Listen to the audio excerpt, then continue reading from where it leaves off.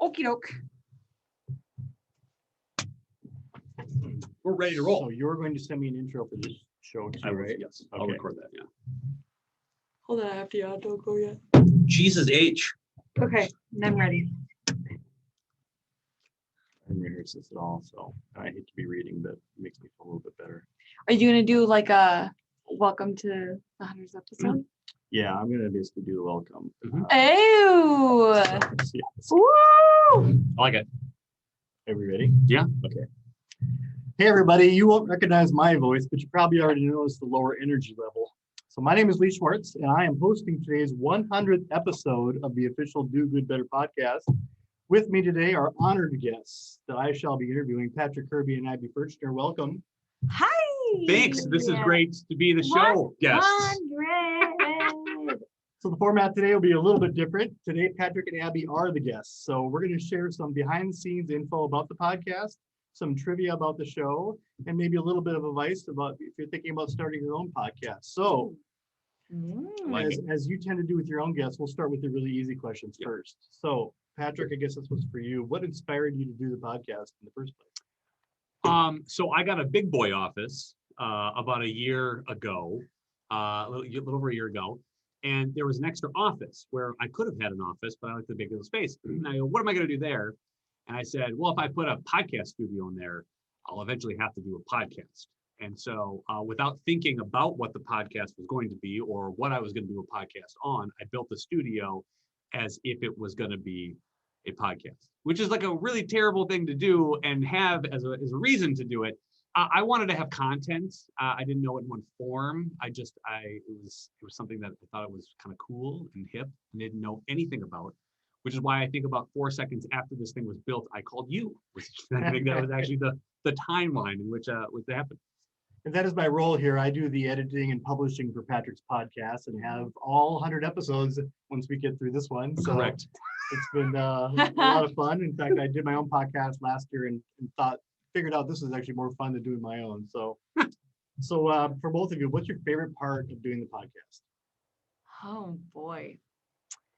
I would say my favorite part is just being able to be a little bit more authentic and have our personality show a little bit more. Obviously, we obviously try to be our absolute selves, even talking with clients and going into meetings. But I just think it's so much fun to be able to talk with people and let them show their personalities as well and get their advice on things. There's so many aspects to it, but I think definitely being able to just chit chat with people and, have real life conversations. I think it's amazing that you can call anyone anywhere and ask them to be on a podcast and they'll say yes. Like it's unbelievable. Like the type of people we've had on this show already is ridiculous. And they're from all over the world and they're from every state and every corner of the US and Canada. Like it's really kind of bizarre. So I never expected to meet half of these people. A lot of them we still keep in touch and we're either Facebook buddies or text message buddies, or we've worked together in some sort of capacity, or we ended up doing conferences together. Like it's crazy the web we have woven from the Do Good Better side. Nice alliteration, by the way. Thank you. Yeah. That was really good. Can I address my second favorite thing? We get free alcohol. Yes. I just thought I'd address this because it's literally sitting right in front of me, and people are like, wow, we have coffee, we have ginger ale, and we have champagne and a whole bottle in front of Abby. Well, it's just for celebration. What we haven't done in an episode is like literally have a dozen drinks. And they'll go, you know what I really think? Is it Hot Stuff? Is that the YouTube show where they have the chicken wings? Yes. You could do that with alcohol, right? I think that's a great idea. The higher the content, the harder the liquor gets. It can go up. That'll be our 200th episode. I right think there. we've already built it. I love that. Well, you two are certainly nothing if not authentic. I think you guys do a great job of connecting with the community. You guys have your own multimedia company going here in addition to what you do with the podcast. But I do think podcasts certainly make people feel like they know you personally. And I think that's the way radio used to be, and certainly is to some extent. But people used to know the radio people, almost treat them like they were their closest friends because they listened to them for 2 or 3 or 4 hours every day. And you guys are, as a last count, 94 hours into this podcast. Holy So, smokes. It's so fun to know these facts because we don't know that. No, we don't. I mean, we So don't. we know. just We don't track a know. lot of it because I mean we're just like, all right, let's do another one. Like this is a really good Yeah. episode kind of thing. We don't track a lot of the time. We actually kind of, from a podcast standpoint, we just like, hey, we're gonna have a conversation, and as the conversation ends, or it seems like a natural end to it, that's kind of when we do it. So yeah, that's We weird. let you track all of us. Yeah. Track all the We stuff. appreciate you. well, we'll get into that a little bit later. We got lots of more fun facts and trivia. So what part of podcasting do you find the most challenging? What didn't you expect when you decided to start doing this twice a week? That I think that's what it was. Mm. Like we put out at the beginning of this, we want to do 100 episodes. Like we're going to race to 100 episodes. We weren't going to make it sloppy, but we want to do 100 episodes and get there, and then sort of reevaluate kind of what we wanted to do next, which is like, again, continue it. The hardest part was the consistency. We needed to do this many things and then just kind of run with it and not just give up on the whole thing. So Yeah. I think from like a social media and marketing side, I think the hardest thing has been to figure out ways to develop, your marketing social media for people to click the links, to go and listen. It was definitely kind of test runs, like what time should we be posting at? Should we be posting on these days? So I think that was a challenge too. Just how are we engaging with our audience off the mic as well? So I think that was kind of my toughest challenge with it. Yeah, I do think that's something that people don't really see. They listen to the podcast, they hear what's being said, but they don't know the amount of preparation you have to put into it Right. before you bring a guest on. And your guests have, like you said, all over the map, all over the country, and they've been marketing experts, a guy from Tesla, and you've had some small nonprofits locally. I mean, you've had really a great cross section of the nonprofit community on board, but for that reason, you have to kind of educate yourself on a lot of different things, right? I feel way smarter now having 100 conversations in my belt about 100 different things. Right. For sure. Because you don't know what you don't know until you start researching it. And you're like, wow, that's really cool. And I think that is the interesting part of kind of why we started in the first place, was let's give an insight to nonprofits or groups or people that you don't know. Like this was kind of an exploratory thing from us, but at the same time, I hope the audience kind of felt that as well. Yeah. So we're going to take a quick break, something we don't normally do during the show, but we have a couple of people that want to say hi during the break, and then we'll come back. We'll share a little trivia, some stats about the show that we've talked about before. We'll be right back. Whenever you're ready, let me take a drink first. Me too. No, just kidding. Glug. Are you ready? Yep. Yes. All right. So welcome back. Before we get to some impressive stats about the podcast, here's some little trivia about the show. So the girl's voice, who does the intro and the closing for every show, her name is Michaela. She's from Los Angeles. She's a professional voice actress, and we've actually found her on the website Fiverr. So she does this for a living. And the song, Patrick and I went back and forth quite a long time about the song before we started. And the song is actually called Safety Net. And if you Google safety_net, you can find about 12 other things on YouTube that use that same song. Oh my gosh. It's kind of funny. So when we were first starting to talk about music for the show, I was trying to find something that matched Patrick's energy, which is maybe like metal rap. And kind of decided we were looking for something that was more like a Mumford and Sons vibe. But Patrick, I remember that you wanted the intro to be like your favorite 90s grunge song, and I don't remember what that was. Yeah, well, there's a couple of them. I think I actually meshed a couple of them together for you, and I think your reaction was, well, that's an option. And it was one of those immediate things where like, okay, clearly I have gotten this vibe wrong completely. I always thought it would be hilarious to have like a thrash metal song at the beginning of this. Like that's what I thought would be funny. Oh, wow. And of course, clearly most of the things one does as an entrepreneur just to keep yourself not bored is like, well, I'm going to do these things for me. Lee correctly, by the way, said, no, your audience might not get that or want that. Maybe go a different direction. So, well, and a lot of the stories that you tell on the podcast have some really tug at the heartstrings. Yes. And maybe a thrash metal opening doesn't really It doesn't match directly. Yeah. Doesn't match. We Yeah. have to mix that up. Yeah. No. That's It's funny. again why one hires experts to help Correct. with things. Yes. So one thing that I really don't even know myself is the logo you created for the podcast. It's really well done with the paper airplane and everything else, but I've never really heard the story of how you created that. Well, we started putting together a couple of things like the Do-Gooders Conference and Do Good Better events, and we wanted the thing to look exactly kind of like our original logo at Do Good Better Consulting. So we wanted some sort of element. I have had my friend Shelby Zock, who has designed every alternative logo that I've used outside of our original one. And she came up with it. And it was the second one that she designed. Like she designed 5, she always designs 4 of them. And the way that she does submissions to me for approval is she'll do the first one, which she knows she doesn't like. And then the second one, which she really, really loves. And the third one is like, well, if he doesn't love this one, at least this is second best. And then the fourth one's also a throwaway. And I've known that since we've selected new logos all the time. She put it at second, and I just trusted her gut with that. And that's how it actually came to be. That's Oh. funny. I used to work for advertising agencies, and we would do a similar thing when we would show the client, like, here's 3 versions of it, but we obviously like one better than Yep. the other Right. 2. So You that's position always it, yeah. Apparently that's a thing. Yeah. Huh. So we'll talk about the top 5 episodes of all time, and I'll just preface this with the number 1 episode was the intro you did, but it's only about 10 seconds long, so we don't count that one. Yeah. So we'll count down from 5. The number 5 I top love that. episode of all time is the season 1 finale. So that was exactly 50 episodes ago, and that was one that Abby did solo. And Abby has admitted to Wow. not being terribly comfortable going solo on these. Yeah. So it's great that that ended up being one of our top 5. I See, would have never guessed. every once in a while, I was like, hey, can you do the podcast episode today? Because I got something, some fire coming up. She's like, well, I don't know. I don't like it. Everything. I And it know, always I'm turns such a- out way better Uh, than most other, like it's always fantastic. Well, and then I've shared this with Abby before. It's not natural to talk into a microphone and listen to your own voice for a straight half hour, right. unless you're Patrick Kirby. Right.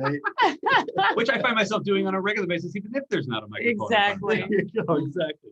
So number 4 all time was one of my favorite local nonprofits, is Dear Niku Mama. And maybe you Oh, remember that yeah. episode. They have their own podcast. It's really inspiring. Bring your Kleenex, because those stories are tough to listen to. But the pair that runs that podcast and that we're here on the show do such a good job with it. They are telling a story that's really difficult to tell. They are showing a lot of empathy for that group.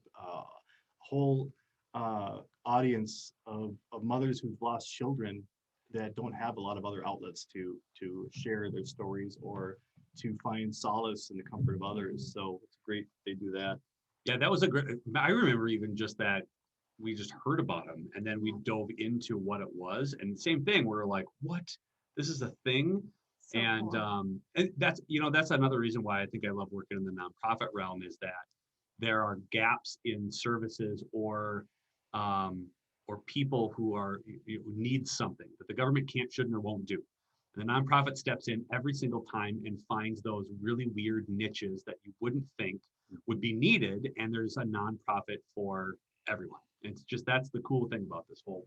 It's a great example. So the number 3 episode of all time was very recent. It was Ben Schwartz, no relation, from Tesla Government. And I don't recall exactly what Ben's topic was. What was it again? He was talking about research and sort of the analytics side, to sort of like they were trying to give analytics and how to make the government run better. And so we were talking about, if you're making government run better, which is like that, you don't have to think about the most impossible thing in the entire world. Yeah. How can we use what your strategies were to make nonprofits better? And it was fascinating. I'm usually the dumbest person on the podcast. That's usually typically how it goes anyway. This was exponentially more. I was like, this is the smartest human being I've ever spoken to. And I was like, I hope I don't make a complete ass of myself Yeah. saying something completely stupid. Yeah. So It was interesting researching it for the very. just the show notes alone were a challenge. So that's good to know. So the number 2 episode of all time was season 2, episode 4, and that was one that the 2 of you did together on public speaking. So there must be an audience for this. That ended up being the number 2 episode of all time. Says that there's probably a lot of people out there searching for podcasts about how to do a better job of public speaking and Yeah. do better. I know, even me, like, public speaking is such a fear. And I think it all just comes down to you don't want to say the wrong thing. Like you don't want to sound dumb. At least like that's my fear. And like a lot of people, when I talk to them about public speaking, it's, well, I don't want to say the wrong thing. Like what if I don't know an answer, during Q&A? So that surprises me, but it doesn't at the same time, because I know public speaking is everyone's like huge phobia. Everybody, but Well, I thrive on it. Which is this pandemic has grown very wary on my my need to get out in front of people. It's funny, and I always thought it was hilarious that Abby doesn't like public speaking, coming from a place where she was very public and speaking in places that were public, right? It terrified most people. Right. Yeah. So it never made sense to me, and I'm still confused to this day. There's something about talking to a camera versus talking to a human that just sits with you better. I'll give you that. It's still weird to me. Yeah. So the #1 episode of all time was episode 3. So it was the beginning of the year, almost a year ago today, in fact. And that was for Operation Phantom Support. And that was kind of a military-based food pantry down in Texas. And the guest was John Valentine, and John was very well versed. You could tell he had been a very well-schooled podcast guest, because he was really spot on with how he delivered his message. Yeah, he's remarkable. And he's another one of those people that took a risk by doing the early podcast episodes. And he and I have become friends. We text and talk more than I would expect from a fast talking military man down in Texas. And we did a follow-up episode with him. I think it was, I want to say he was one of our follow-up episodes, where we did another one later on in the season. Say, hey, how are you doing? I talked with him recently. He had served more people this past year than they've ever served, which is both sad and amazing at the same time. It's one of those things. And then he's putting on a bunch of military conferences for nonprofits. He started something called combat boxes, so that you can buy a gift box for veterans and send it to them, and it's filled with all these sort of goodies and things. If you don't follow Operation Phantom Support, you should. They're an amazing organization. If you ever find yourself in Texas, go down with a big sack of cash and give it to them. So they're great. Yeah, that's interesting. So I'm going to hammer out some facts and figures here about the show, and we'll get back into a couple more questions. So downloads is kind of the measuring stick for most nonprofit, I guess any podcast, but you have over 5,000 official downloads. You probably have closer to 8,000 real downloads. The podcast measuring system is still, like it took 50 years for us to have a measuring system for radio and TV. Right. Podcasts have not achieved that quite yet. So they're, depending on what source you check, and you get a different number every time. But I'm guessing you have close to 8,000 downloads by now, which is fantastic, because the single greatest factor in determining the amount of downloads you get and how famous your podcast will be is if you were famous or not before you started the podcast. Correct. Yes. Yeah. That's kind of the bit. If you look at the top 10, they're pretty much all read by people who are already celebrities. And so the fact that you're only a local celebrity so far, maybe regional by now, soon to be. Let's go national. Let's do that. It's funny that I bet that you can count even YouTube, because we do this on YouTube as well. And that's awesome. That's awesome. And so where are people listening from? 94% are from North America, so USA, Canada, Mexico. But you've had listeners on every single continent. Ooh, which is kind of impressive. That's fun. That is fun. The top countries listed are the United States, South Africa, Canada, and the UK. English-speaking countries, that kind of makes sense. Yeah. You have a strange amount of followers in South Africa. Have we figured that out yet? Well, we have. Well, I don't know if we have. One of our, well, I don't know. It was interesting to watch. I think we got it shut up to like number 2 in the Apple iTunes chart, like with Chartable or whatever. And we're like, where on earth is this coming from? I don't know. It's great. Hi, South Africa fans. Let's go. We're going to do a live tour through. That's our next voyage. Yes. We're going to do a conference in South Africa. It's going to be amazing. So 70% of your audience listen to it on their iPhones specifically, which is interesting to know. But we also publish the podcast 4 other channels, including Spotify, so you can listen to it on any way you get Spotify delivered. And you can even ask Amazon Alexa to play the podcast for you, which my kids think is pretty cool. Yes. They can just get it through Alexa, the same podcast they hear me working on all week long. So, And it's like, great, turn it off. ratings. So you have your ratings for the show. And there might be people more famous than you to do podcasts, but nobody's got a higher rating. Yeah. You have a perfect 5-star rating. Woo! So you can't top that. So the rankings you mentioned earlier, so among nonprofit podcasts for a while, you were ranked number 7 in the entire United States, which again is amazing. I know, it's crazy. Because it's like a lot of other things that are like SEO related. You don't get these rankings until you've been around for a while usually. And you grow the audience and your name is out there and you've got some history developed. So being number 7 in the United States at anything is pretty amazing. But as you mentioned, you were also number 2 in South Africa for quite a while.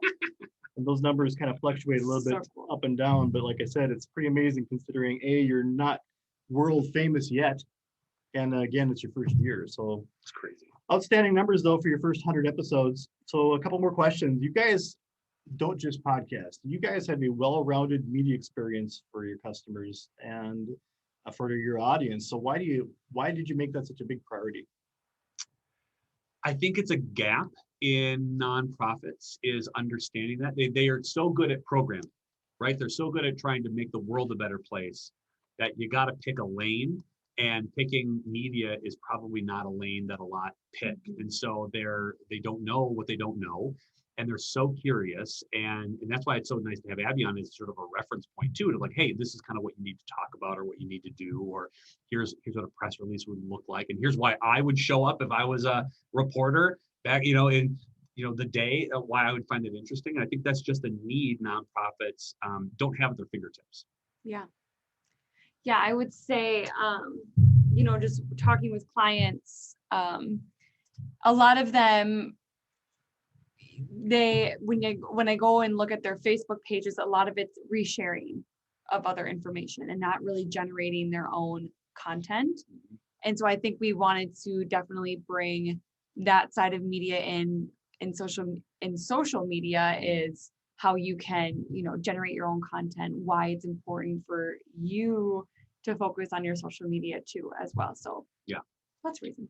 Yeah, and honestly, I think 2020 just amplified the need for communication because suddenly you're not making these face-to-face asks anymore. You are forced to communicate through a Zoom call or some other way electronically. Right. So it's communication more important than ever. And there's a lot of people that know something about marketing. Right. Pretty much everybody does, right? But you guys really give them a lot of good expertise, and that expertise can really only come from being experts at it yourself. I think the number one piece of advice that I always give clients is, like we've been saying, is right now everything is virtual, everything is social media. That's how we're interacting the most because face-to-face is not the way to go right now. Why it was so important for them to generate their own content is because a donor or a volunteer or someone that's just looking at your Facebook page, looking at your social media, people make your first impression within 3 seconds.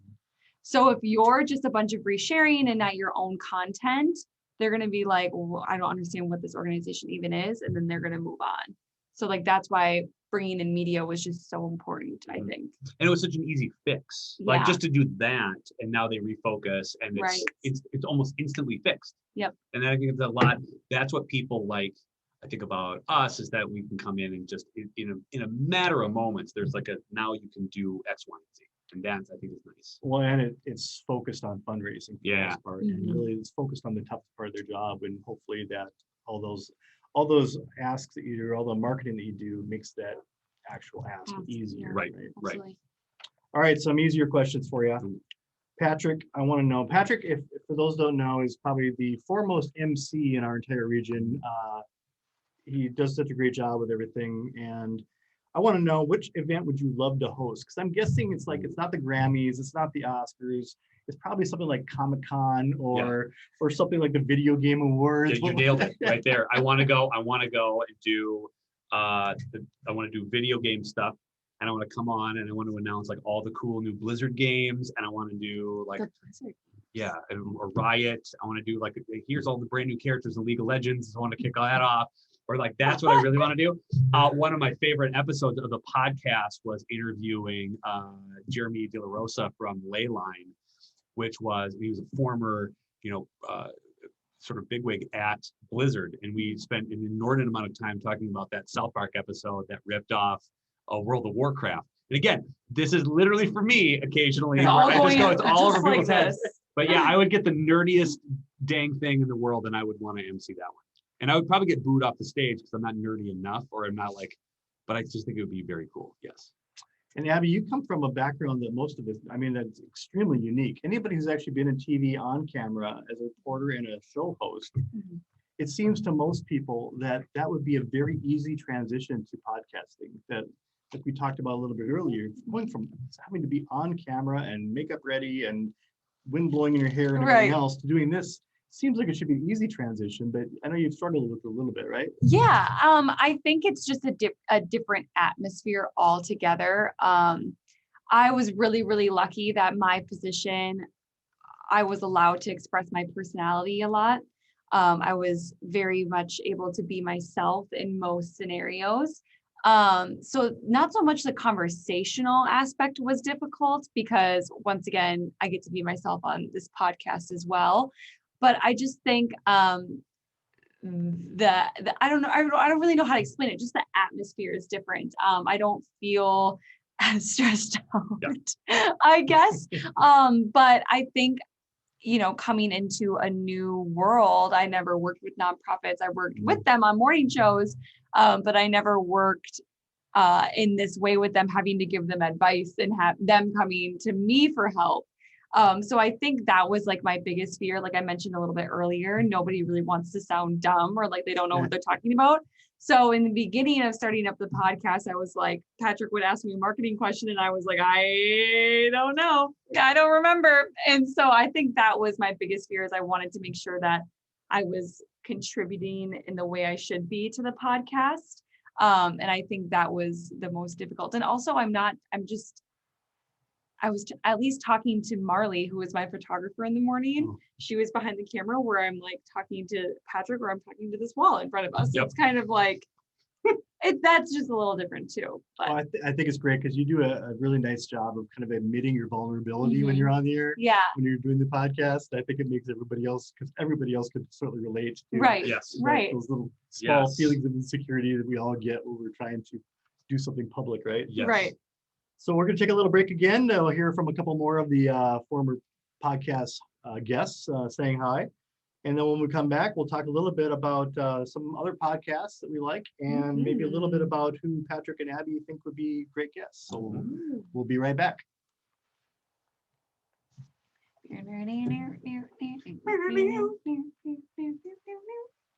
That's awesome with the download thing. That's great. Yeah, this is super fun. Aggressive, like I said, you guys have worked so hard. I mean, it's not easy. This was a grind. It is. Super grind. But I mean, again, some of the guests are just so good.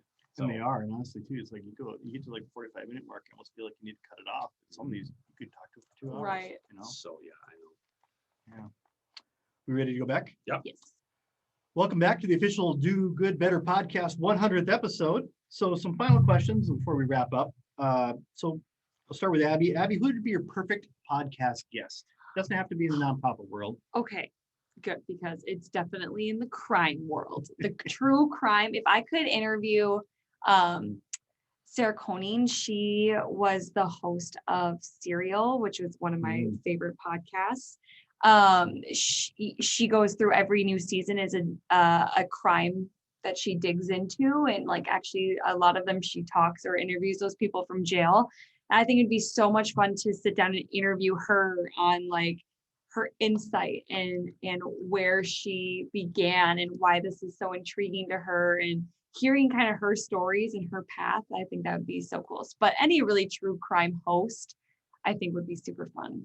Yeah, and true crime is actually probably the most popular category of so podcasts. Good. It certainly is for TV too. I mean, Netflix has kind of made us all crime junkies, right? So it's natural, I guess, that it kind of migrated over to podcast. But that Serial podcast has been in the top 20 for years already. As long as she's been doing it, right? If you haven't listened to it, you have to. So good. Patrick, perfect guest. My perfect guest is a guest I have been pursuing, and I don't want to give a preview or anything, but I'm pursuing. It's Joan Gary. She started doing this a long time ago in the nonprofit world. She's probably the number one. She's always top 3 for like podcasts. Anyway, she's sort of the guru of gurus within the nonprofit realm. We were lucky enough to have her at our conference last year, but I didn't get enough time to like sit down and just ask her all of the questions. Mm-hmm. So I'm throwing it out there into the universe, in the podcast world, to have her on as a guest, just because I think, because that would come full circle. Like it's right, like I wanted to be, when I started this whole journey, I wanted to be the male version of Joan Gary anyway. And I feel like this way can get the come full circle that way. That's what I'd like to do. I do recall you kind of giving a shout out when I think you ranked ahead of her for a brief time, yes. right? Yes. Your podcast ranking was slightly ahead of her podcast, and it was at least for a week or two. It was, and I took a screenshot of it, so I have proof of it. And then again, she reached out too. She's like, "Well, how else can I help and support too?" So, she's just very sweet that way. So it's like the movie. You're somebody now. You've passed Joan Gary in the rankings, right? So about 52% of everybody now is listening to podcasts, and the average listener listens to about 7 hours a week of podcasts. So podcast is very much kind of replaced their radio listening, what they used to do. People still actually listen to the most at work, slightly more than either in the car or at home. But not unlike most people who listen to podcasts, I probably listen to at least 7 hours a week, and I actually listen to them as I sleep because it keeps me from having nightmares for some reason. So that's crazy. It's kind of weird, right? Except the murder ones. You just don't watch. Yeah. I know people that listen. No, I don't listen to those. Don't listen to true crime before you go to bed. What would really be weird is the only way I don't have nightmares is if I listen to true crime. Right. That would be really weird. Right. Yeah. I always think it's so interesting. I know a few people that listen to it at the gym while they're working out. I don't know how they do that. I get it. It's like kind of like watching a TV show, but I need some like jam out music to keep me going. If I listen to a podcast, I'm like, oh my gosh. And this is my problem. I used to listen to music when I went to bed, but I'm such a lyrics guy that I couldn't stop listening. It kept me awake listening to the lyrics. So some of my favorite podcasts, I'll let you guys share a little bit here too. One of those two every week is Freakonomics, which is heavily economics based. It's kind of an edgy view of some different parts of economics. One of the top 10 podcasts in the world. And it's hosted by Stephen Dubner, who does a great job with that one and some other ones. This is the Radio Lab, which kind of tells unique stories. It's done by NPR. And NPR does another podcast I listen to almost every week called Planet Money, which is another kind of economics-focused podcast. I listen to the Bill Simmons podcast. Bill Simmons, again, top 20 in the country. Bill Simmons got fired from ESPN and basically gave them the middle finger and said, I'm going to go do this instead. He started his own podcast network. He's got like 6 or 7 different podcasts now he's part of, and he's making far more money now than he ever did at ESPN through this podcast that would be created. So another one I listened to is called Stuff You Should Know. Stuff You Should Know is 2 guys from Atlanta, just regular Joes, to be honest with you. And their podcast is entirely based around educating you about something obscure. It's a backstory of everything. They'll tell you about the history of peanuts. They'll tell you about how blimps work. They just did an episode on like the history of Pig Latin, where it came from, why it exists, and how it's still used.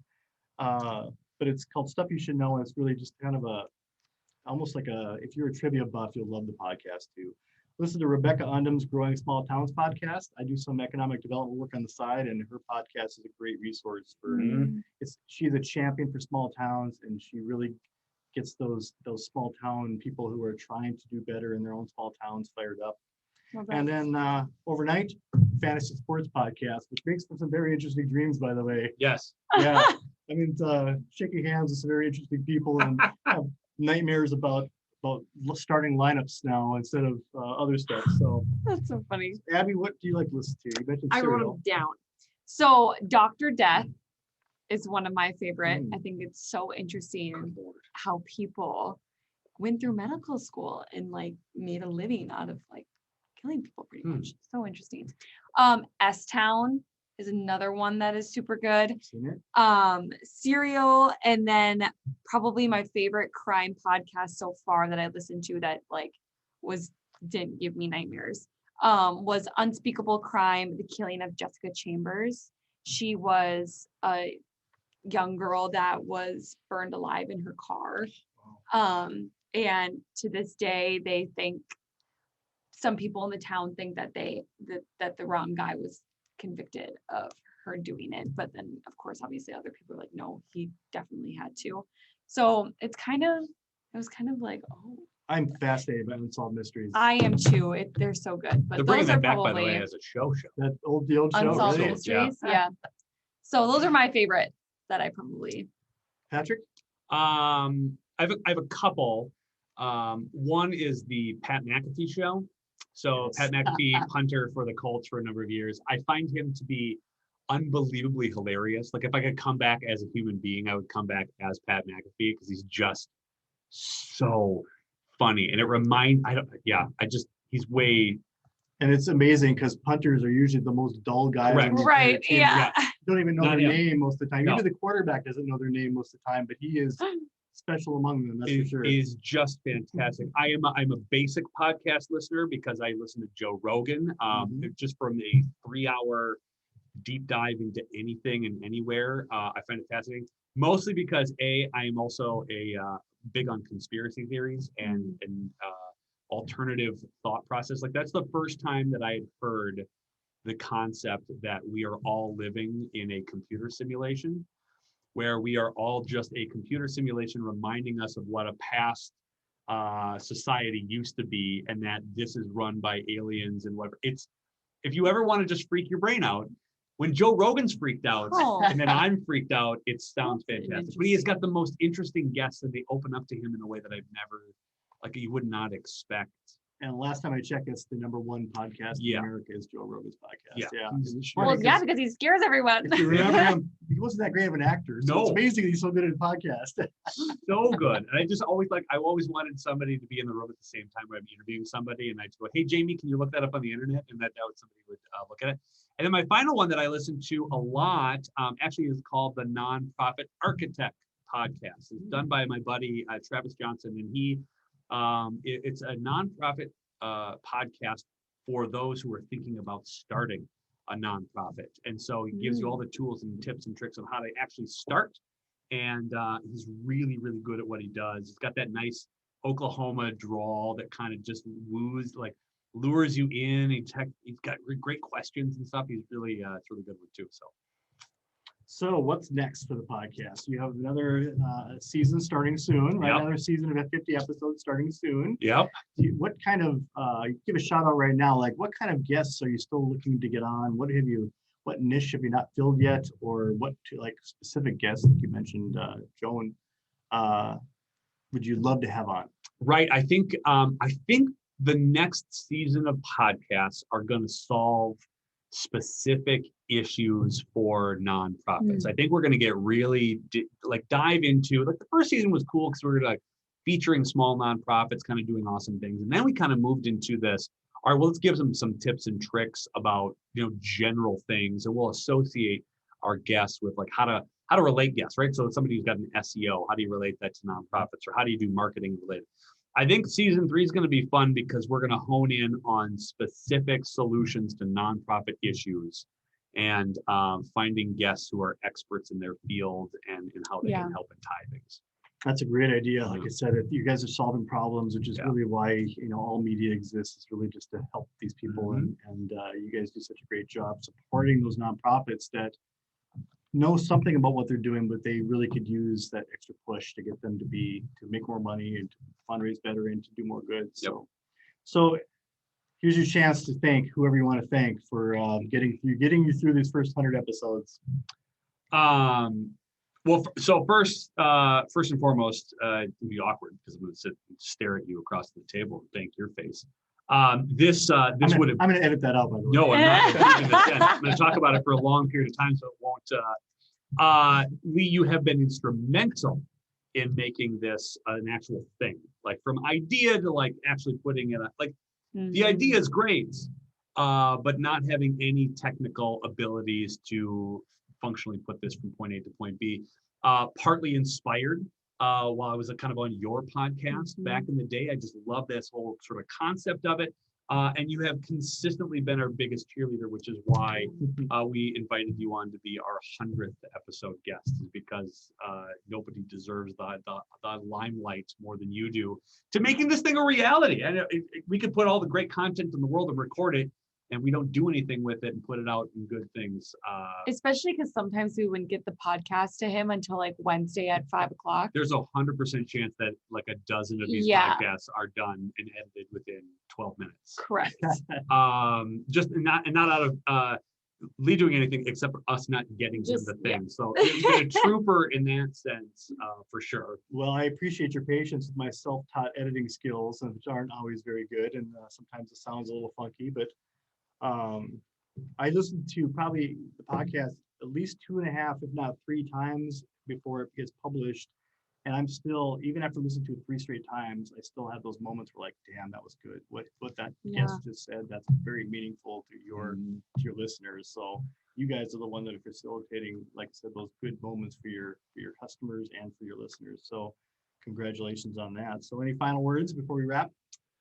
Thank you to all our guests. Yes.